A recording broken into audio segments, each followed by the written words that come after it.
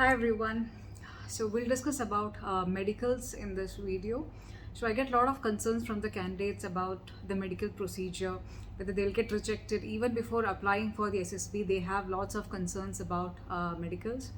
So I'll tell you my personal opinion. Whatever medical conditions you have, I would still recommend you to go for SSB because whether you get selected or not,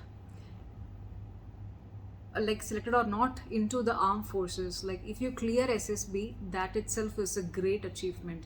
You mentioned that in your resume, where in whichever job you apply for, that itself talks a lot about our personality. Like whichever interviews I have gone for, like people who are sensible, they will definitely ask about your SSB. Like I've mentioned about the SSB, like 4 times recommended, and making it all in the second rank. I have mentioned it in my CV. So in whichever companies I go for, like they always ask me like that. It's like people who knows about it, they know that what kind of process we have gone through, what kind of personality we'll be having, what kind of leadership qualities we have. It is easy for those people to understand about your personality. So whether you have medical issues, don't bother, just go for SSB. Okay. Now when coming to the medicals, these doctors are very good and they'll try their level best to ensure that they'll clear you. Mine was a very rare case. Like I have not heard any of my friends or friends of friends telling me that they got rejected because of axial length elongation. According to the records, axial length elongation of eyeball, the acceptable length is 25.5 millimeter. They were ready to take even if it was 26 millimeter. That point 0.5 buffer was still there. Mine was beyond that. 26.23 millimeter was mine.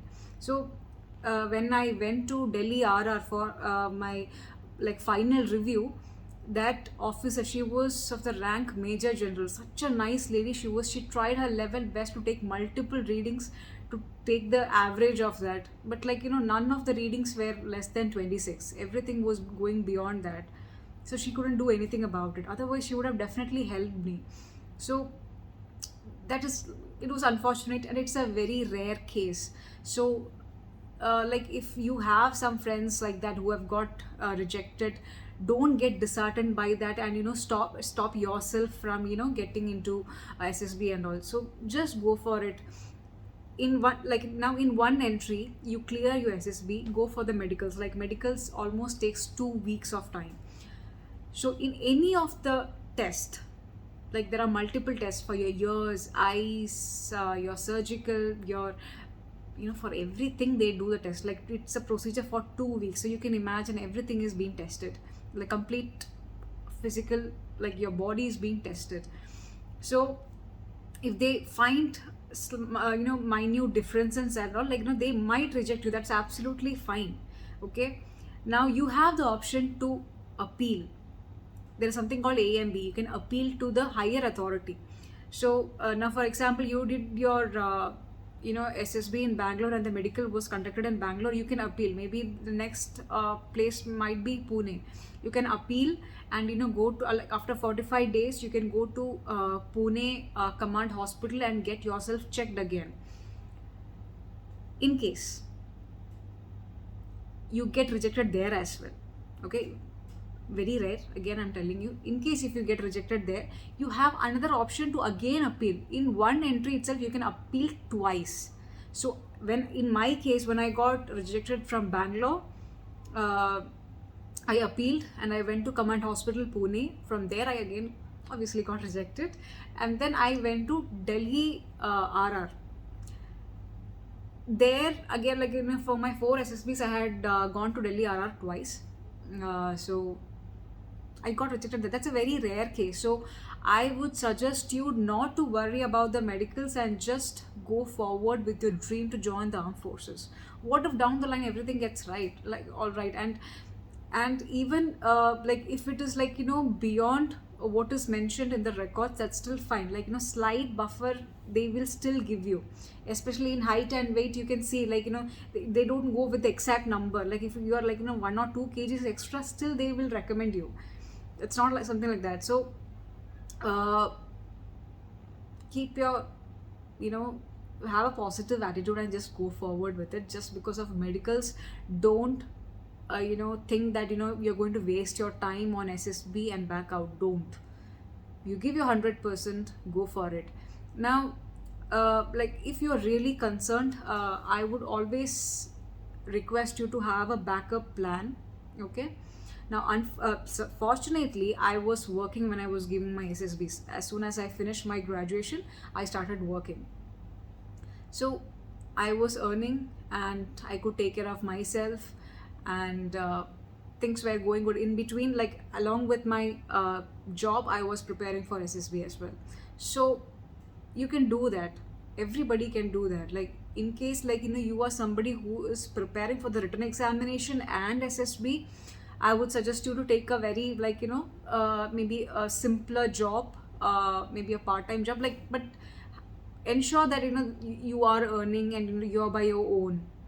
Okay, it's better not to depend your family at this point of time, because, and if you're continuously working for armed forces, and if you finally get rejected, like in a medical everything is being rejected, then again definitely you'll feel you'll feel very bad, and you'll feel disheartened, which I have gone through, which I completely understand. But having a backup plan is good, is what I would suggest, because I have seen people who prepare for civil service for years and reach nowhere, and they would have wasted so much of their years. I wouldn't say wasted, definitely there is a lot of knowledge gaining procedure that has happened, but the application level of that is not given to them. Like it's just constant studying, like they don't apply it anywhere. So whatever you study, you need to have there should be a place where you can apply those things, especially in SSB where your personality is being checked. You definitely should have an exposure to the real world. That is the job. In your school and college, still your guardian, your teachers will try to protect you, but in real world it's not like that. Like you're given a job, it needs to be done, you'll have to face criticism. How do you handle different kind of people, everything matters. So having a job definitely helps a lot, when it comes to the building of your betterment of your character. Like you will learn new things, all those things happen. So I would definitely recommend you, if you're especially for NC special entry and technical entry, definitely get a job, okay, along with your SSB. If you pass out and directly get into armed forces, well and good, but if you get rejected in your first SSB, please find a job. Next time again apply for SSB, but have a job and then apply. Like definitely most companies and all will give you 1 or 2 weeks of, try to accumulate as much as leaves possible and use it when required, because like once you will need 1 week for your SSB, and then when you get recommended again, you need almost 2 weeks for your medicals. So plan that, and according to that move further.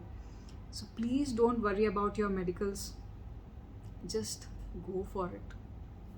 Later we'll see, there might be some solutions that we can figure it out.